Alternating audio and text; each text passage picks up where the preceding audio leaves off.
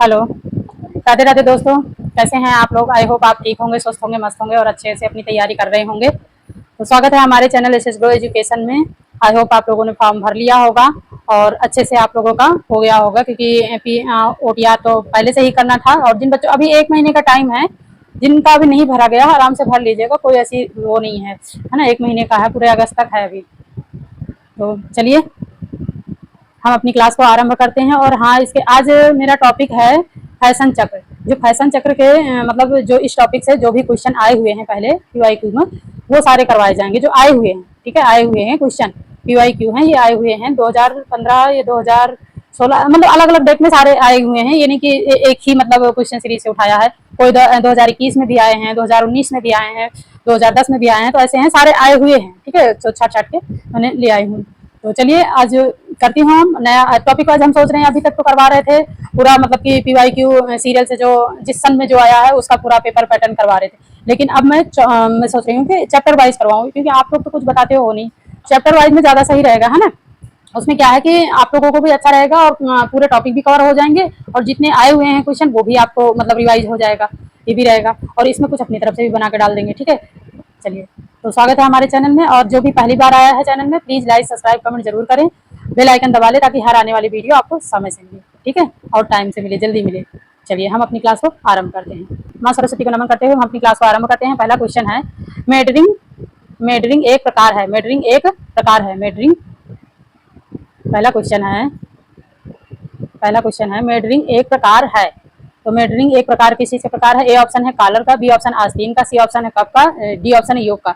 तो मेडरिंग किस प्रकार का है? एक कॉलर का है। ठीक है, एक कॉलर का प्रकार है। कॉलर देखिए दो तरह के होते हैं। कॉलर जो है दो तरह के होते हैं, एक खड़ा कॉलर, एक जो है गिरा और सपाट कॉलर। ठीक है, एक खड़ा कॉलर,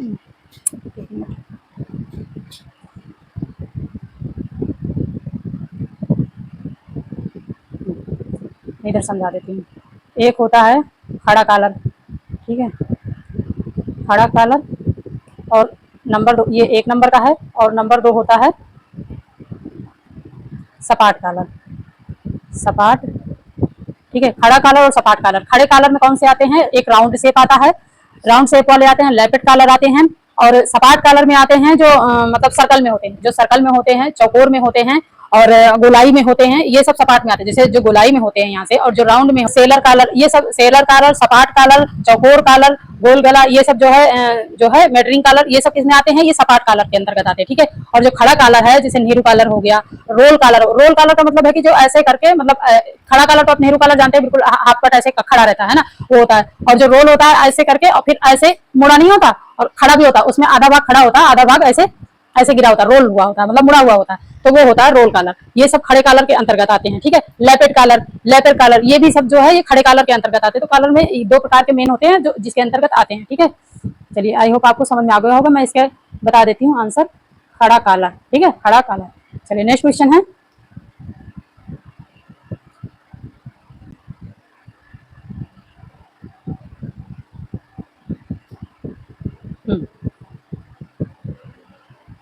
नेक्स्ट क्वेश्चन है, फैशन उपभोक्ता की डैश डैश से प्रभावित नहीं होती है। फैशन उपभोक्ता की किस चीज से प्रभावित नहीं होती है? ए ऑप्शन है उम्र, बी ऑप्शन है पैसा चुकाने की इच्छा, सी ऑप्शन है आय, डी ऑप्शन है जाति। तो देखो, फैशन किस चीज से प्रभावित नहीं होती है? उम्र पे फर्क पड़ता है। देखिए, अगर आप बच्चे हैं तो उसके हिसाब से अलग फैशन के कपड़े लेंगे। यंग है ना, यंग है या मतलब टीन एज है, तो उस पर अलग मतलब वो फैंसी कपड़े पहनेंगे। जो बुजुर्ग हैं, थोड़ा एडल्ट हैं, तो उनके लिए उस हिसाब से, उस कलर के हिसाब से कपड़े खरीदे जाते हैं। उम्र पे फर्क पड़ता है फैशन का, है ना। पैसा चुकाने की इच्छा, भाई देखिए, अब जब जिस हिसाब से बजट होगा वैसे ही तो आप फैशन ट्रेंडिंग में जो चल रहा है वही तो आप पहनेंगे। मान लो बहुत मन है या बहुत किसी के क्षमता ही नहीं है खरीदने की, तो वो कैसे खरीद सकता है फैशन की चीजें, कैसे उपयोग में ला सकता है ना। तो वो भी फर्क पड़ता है। आय वही आमदनी से हो गई आय, है ना। तो इसमें किस चीज का प्रभाव नहीं पड़ता? इसमें क्या बोला कि नहीं, है ना, नहीं पूछा है। तो नहीं, देखो, जाति से होता है। जाति का कोई असर नहीं होता, किसी जाति विशेष का कोई एक फैशन नहीं होता है। फैशन तो सबके लिए होता है, बराबर क्या होता है ना, पहनने ओढ़ने खाने पीने सब चीज का, ये तो हमारा मतलब एक मौलिक अधिकार है। तो इसमें एक जाति विशेष का कोई फर्क नहीं पड़ता है। ठीक है, बाकी सब में फर्क पड़ता है। चलिए नेक्स्ट क्वेश्चन है, फैशन फैशन एवं शैली का सर्वाधिक प्रभाव किसमें देखा जाता है? फैशन एवं शैली का सर्वाधिक प्रभाव किसमें देखा जाता है? ए ऑप्शन है बच्चों में, बी ऑप्शन वृद्धों में, सी ऑप्शन पुरुषों में, डी ऑप्शन युवाओं में। तो किसमें देखा जाता है? युवाओं में। जाहिर सी बात है, जो भी नए चीजों के नए फैशन के चलते हैं युवाओं में ज्यादा देखा जाता है और युवाओं को बहुत फर्क भी पड़ता है ना। फैशन वो फैशन के अकॉर्डिंग जो चलन में होता है वही पहनते हैं। चलिए नेक्स्ट क्वेश्चन है, इसमें कोई समझाने वाली चीज नहीं है। फैशन को प्रभावित करने वाले घटकों में आता है, फैशन को प्रभावित करने वाले घटकों में कौन कौन से आता है? ए ऑप्शन है मुद्रास्फीति और मंदी, बी ऑप्शन है जनसंख्या, सी ऑप्शन है आय, डी ऑप्शन उपरोक्त सभी। तो कौन से आता है? पहले ही मैंने बताया कि आय का फर्क पड़ता है, आय का फर्क पड़ता है। फैशन को प्रभावित करने वालों में घटकों में आय का फर्क पड़ता है ना, आय का फर्क पड़ता है, उम्र का फर्क पड़ता है ना, ये सब चीजें उसमें आती है, फैशन चक्र को प्रभावित करती हैं। एक क्या नहीं प्रभावित करती? जाति नहीं प्रभावित करती है ना, बाकी ये सब प्रभावित करती हैं। चलिए नेक्स्ट क्वेश्चन है, नेक्स्ट क्वेश्चन है गिरेबान जहां कॉलर मिलती है उस रेखा को कहते हैं। गिरेबान, गिरेबान आप समझ रहे हैं, जैसे यहाँ पे पकड़ते हैं, जहाँ पे ये कॉलर है, यहाँ पे मान लो कॉलर है और फिर यहाँ से ये कपड़ा होता है ना, कपड़ा होता है, कॉलर और कपड़े की जो ज्वाइंट होती है, जो ज्वाइंट होती है उसको जहाँ पे मिलती है उस रेखा को क्या कहते हैं? उस रेखा को क्या कहते हैं? ए ऑप्शन है रोल लाइन, बी ऑप्शन है नेक लाइन, सी ऑप्शन है ग्रेट लाइन, डी ऑप्शन है कॉलर लाइन। तो क्या कहते हैं? नेक लाइन, क्योंकि गले में मिलता है ना, नेक लाइन है ये गले और इससे कॉलर जो गिरेबान और इसके दोनों के बीच में जो लाइन मतलब जहाँ पे ज्वाइंट होता है उसको क्या कहते हैं? Neck line. ठीक है, नेक लाइन। चलिए नेक्स्ट क्वेश्चन है, नेक्स्ट क्वेश्चन है क्यू शॉर्ट कार्यप्रणाली का प्रयोग किसके लिए होता है? क्यू शॉर्ट कार्यप्रणाली किसके लिए होता है? ए ऑप्शन है पूर्ण रेटिंग के लिए, बी ऑप्शन है संबंधित रेटिंग के लिए, सी ऑप्शन है पूर्ण एवं संबंधित रेटिंग दोनों के लिए, सी ऑप्शन है ना पूर्ण ना संबंधित रेटिंग के लिए। तो देखिए इसको मैं थोड़ा साइड में कर दूं तो मैं समझा दूं। देखिए जो ये है ना मतलब क्यू शॉर्ट कार्यप्रणाली है, ये किसके लिए होता है? संबंधित रेटिंग के लिए होता है। किसके लिए होता है? संबंधित रेटिंग के लिए होता है।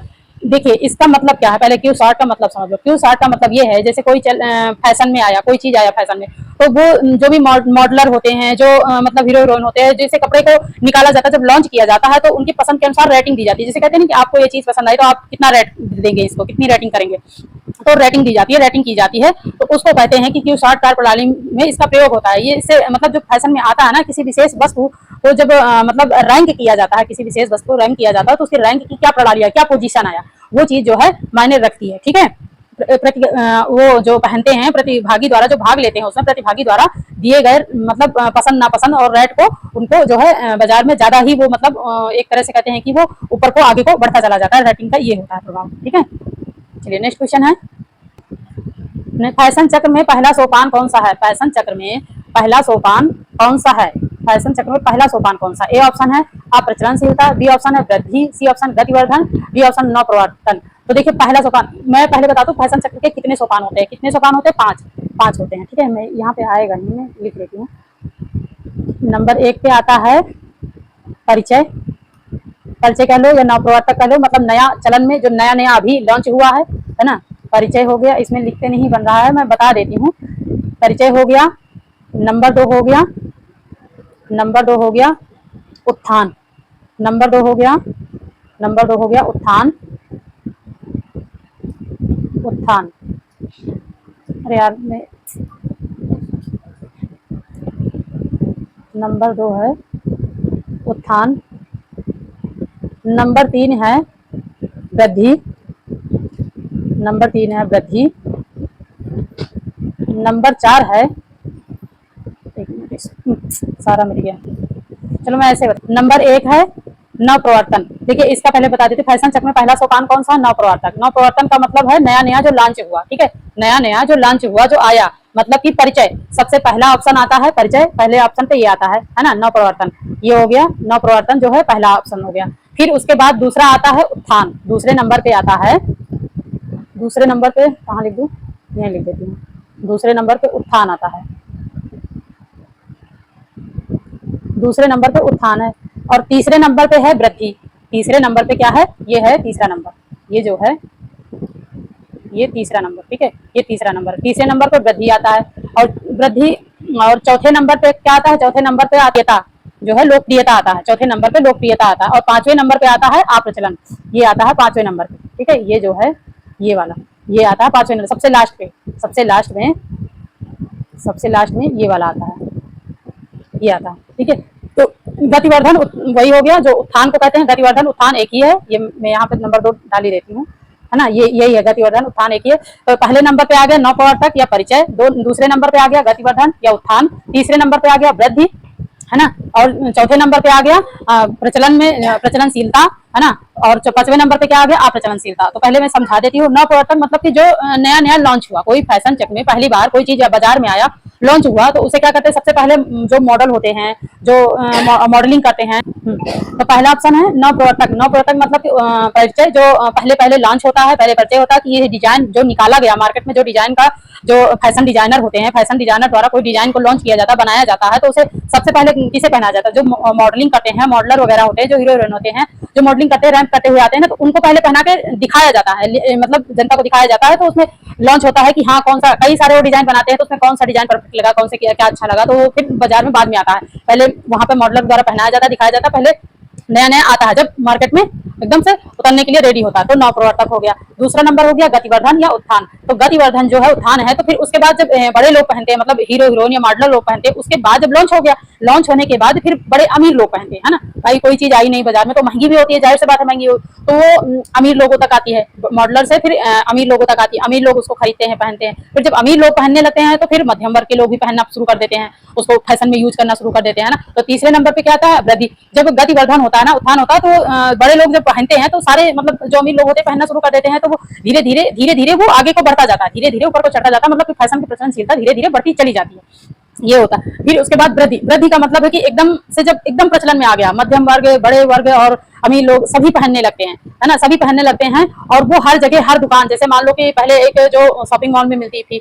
फिर उसकी मांग बढ़ गई, डिमांड बढ़ गई, तो वो हर दुकान पे, छोटी दुकान पे, मार्केटों में भी आ जाती है, धीरे धीरे वो हर, बस यही है कि क्वालिटी में थोड़ा परिवर्तन आ जाता है, लेकिन फैशन देखिए आप कहीं कहीं पे देखिए वही चीज कहीं कहीं पे 1000 में मिलती है, और वही फैशन की चीजें कहीं पे उससे कम रेट में 500 में भी मिल जाएगी, 800 में भी मिल जाएगी, लेकिन क्वालिटी का फर्क होता है। फैशन का आकार वही रहेगा, बनावट वही, मतलब जो फैशन में जो चलन में होता है, जैसे प्लाजो जो आया था तो कितना चलन में था, है ना, शुरू शुरू में बहुत महंगे मिल रहे थे, 1000 के मिल रहे थे। अब वो धीरे धीरे कपड़ों की क्वालिटी में फर्क होती है, फैशन सिलाई वही रहती है, लेकिन धीरे धीरे फिर उसके बाद क्या क्वालिटी में, क्योंकि हर तरह के लोग खरीदते हैं, तो जब वृद्धि होती है ना, तो पीक पॉइंट होता है एक, ये एकदम से जब मतलब एक ऐसे करके, जैसे मान लो ये ऐसे ये बना ना, तो एक पीक पॉइंट हो गया, यहाँ पे एकदम चढ़ाया, जैसे यहाँ से चला और फिर यहाँ पे पहुंचा, यहाँ से चला नवप्रवर्तक, फिर यहाँ पे आया गतिवर्धन, गति करते करते फिर एकदम पीक पॉइंट हो गया, वृद्धि हो गई। यहाँ पे सभी लोग, सभी वर्ग के लोग, सभी जाति के, सभी मध्यम, नीच, निम्न और उच्च सभी वर्ग के लोगों तक पहुंच गया माल, और सब पहनना शुरू कर दिए, सब यूज करना शुरू कर दिए।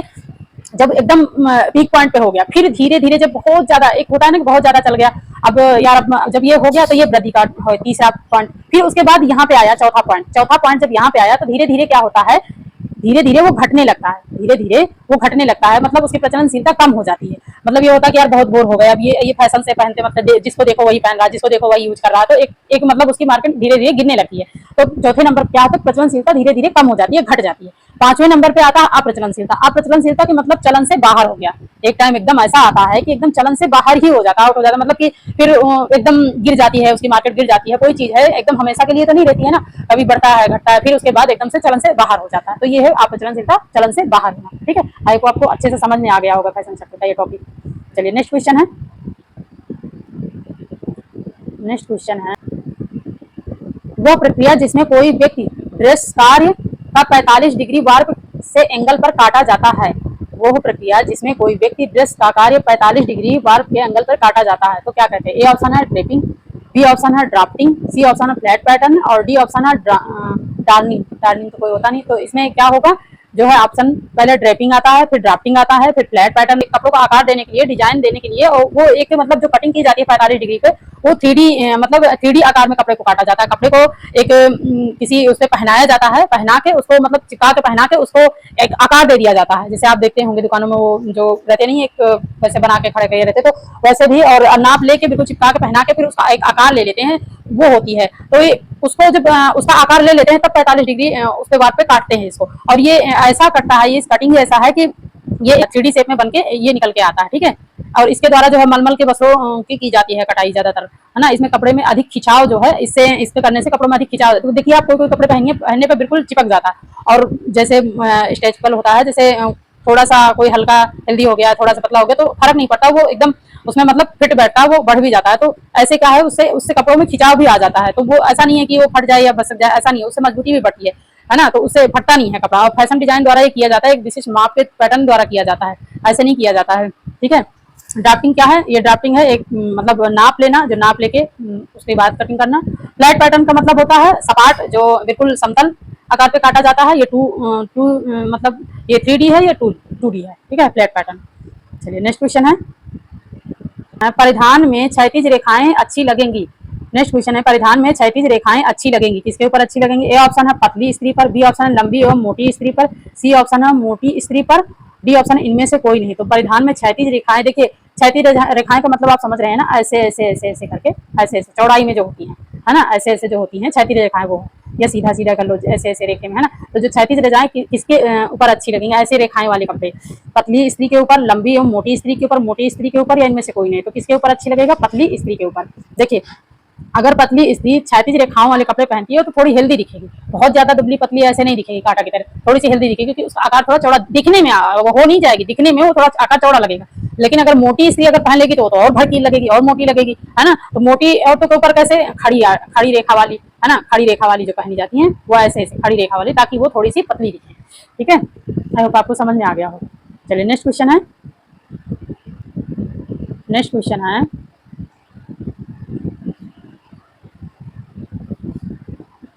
उन सॉफ्टवेयर का नाम जिसे वस्त्रों की ड्राफ्टिंग के उपयोग में लाया जाता है। मतलब बनाते हैं आप सॉफ्टवेयर द्वारा जो है डिजाइन बनाए जाते हैं, तो वो कौन से मतलब ऐप हैं जिनके द्वारा डिजाइन और वो तैयार किए जाते हैं, वो बताना है। तो ड्राफ्टिंग के उपयोग में लाया जाता है, उन सॉफ्टवेयर का नाम बताओ या नाम जिसे वस्त्रों की ड्राफ्टिंग के उपयोग में लाया जाता है। ए ऑप्शन है मार्कर, बी ऑप्शन है टूका, सी ऑप्शन है इलेक्ट्रा, डी ऑप्शन है फोटोशॉप। तो कौन सा होगा इसमें? टूका। टूका एक ऐसा ऐप है जिसके द्वारा जो है ड्राफ्टिंग या फैशन डिजाइन के जो भी डिजाइन है, तो उसमें क्या है कि इस ऐप से जो है बनाया जाता है। एक कैट, ठीक है, कैट भी है, और CLO लो हो गया, है ना, टूका हो गया, टूक हो गया, है ना, टूक हो गया, ये सारे ऐप हैं।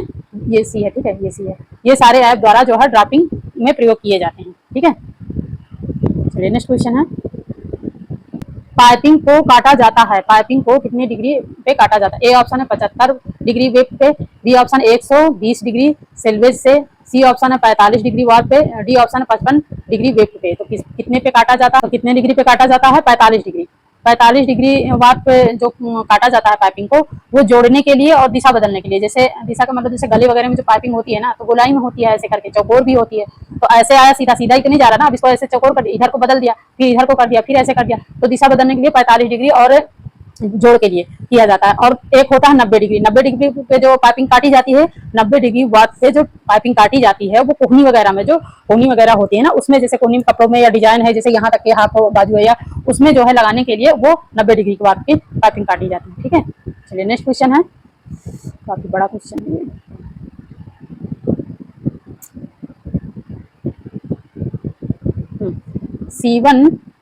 C1 जिसका इस्तेमाल बिना सिले किनारों को छुपाने के लिए किया जाए वह है। C1 जिसका इस्तेमाल बिना सिले किनारों को छुपाने के लिए किया जाता है वो क्या है? ए ऑप्शन है फ्रेंच C1, बी ऑप्शन है flat belt C1, C option है डबल C1, डी ऑप्शन है टॉप C1। तो इसमें कौन सा होगा? French C1। ठीक है, फ्रेंच C1। फ्रेंच C1 मतलब कि आप ये समझ लो, फ्रेंच C1 वो है जो कपड़ों को किनारों में, जो किनारे होती है ना, कपड़े के जो किनारी होती है, इसको मतलब कि एक तरह से जैसे देखते होंगे आप कहीं कहीं, कोई कोई कपड़ों में ऐसे मोड़ के सिला नहीं जाता, जैसे टॉवल वगैरह में देखो तो इसे चिपका नहीं दिया जाता, जैसे किनारे को और अधिक मजबूत बनाती है। इससे क्या होता है कि कपड़े फटते नहीं है और किनारियां जो है और अधिक मजबूत हो जाती हैं। तो हमें इसको करने से एक डेकोरेटिव दिखाई देता है, मतलब फैंसी दिखाई देता है, और जो है अच्छा लगता है, और फिनिशिंग इससे अच्छी आ जाती है, चमक आ जाती है ना। और इससे कपड़ा मजबूत हो जाता है और किनारियों से फटता नहीं, फटने का डर नहीं होता, फटता नहीं। ठीक है, इससे ये होता है, सबसे मेन लाभ है कि इससे क्या है, किनारी फटती नहीं है, किनारी क्या है, फटने का डर नहीं होता है ना। ये फटती नहीं है, ये लिख देती है, फटती नहीं है, मजबूती को बढ़ाती है, किनारी को जो मजबूती होती है उसको बढ़ाती है। ठीक है, मजबूती को बढ़ाती है। चलिए नेक्स्ट क्वेश्चन है, निम्नलिखित में से कौन सा डिजाइन रिपीट नहीं है? कौन सा डिजाइन रिपीट नहीं है? ए ऑप्शन है डॉग, बी ऑप्शन है मिरर, सी ऑप्शन है रोटरी, डी ऑप्शन है साटिन। तो कौन सी डिजाइन जो है इसमें रिपीट नहीं है? साटिन। साटिन एक ऐसी डिजाइन है ना, एक बुनियादी मतलब एक बुनियादी डिजाइन है। ये मतलब सादे कपड़ों, सादे बुनाई द्वारा होती है। ये ताना और बाना जैसे हो गया, ताना हो गया, और ये बाना हो गया। ये ऐसे ऐसे चौड़ाई में जो हो गया बाने का धागा हो गया। तो ये बाने का धागा, जैसे इसकी बुनाई में क्या होता है ना कि बाने का धागा छिप जाता है, बाने का धागा छिप जाता है, लेकिन ताने से ताने ताने का धागा ही जो है दिखाई देता है, दिखाई भी नहीं देता, वो दिखाई भी नहीं देता। ये चमकदार और आकर्षक बनते हैं बहुत ही, मतलब साटिन बुनाई जो होती है ना, इससे कपड़ा बहुत ही चिकना, बहुत ही चिकना, और मतलब हाथ फेरने पे ऐसे अगर लंबाई में आप हाथ फेरो ना, ऐसे ताने की ओर हाथ फेरो तो ऐसे ऐसे हाथ ऐसे ऐसे ऐसे ऐसे फिसलता चला जाएगा, जो है ताने की तरफ फिसलता चला जाएगा एकदम चिकना। और बाने का धागा छिप जाता है तो ताने का एक तरफ के धागा तो वो एक तरफ को जो फिसलता हुआ और एकदम चिकना और आकर्षक वस्त्र बनता है। ठीक है, चलिए नेक्स्ट क्वेश्चन है। नेक्स्ट क्वेश्चन है,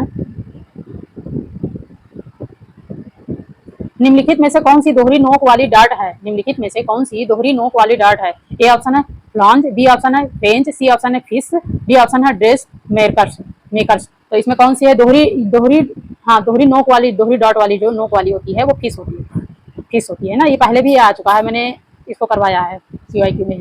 दोहरी नोक वाली जो डार्ट होती है वो फिश होती है। फिश का कैसा होता है? ऐसे होता है ना, ऐसे ये ऐसे दो दो नोक ऐसे होते हैं, कोने को दो निकले होते हैं ना, ऐसे फिश होती है, ऐसे फिश होती नहीं, तो इसके मुंह ऐसे होता नहीं ऐसे करके, तो वो चीज़ है ना। चलिए नेक्स्ट क्वेश्चन है।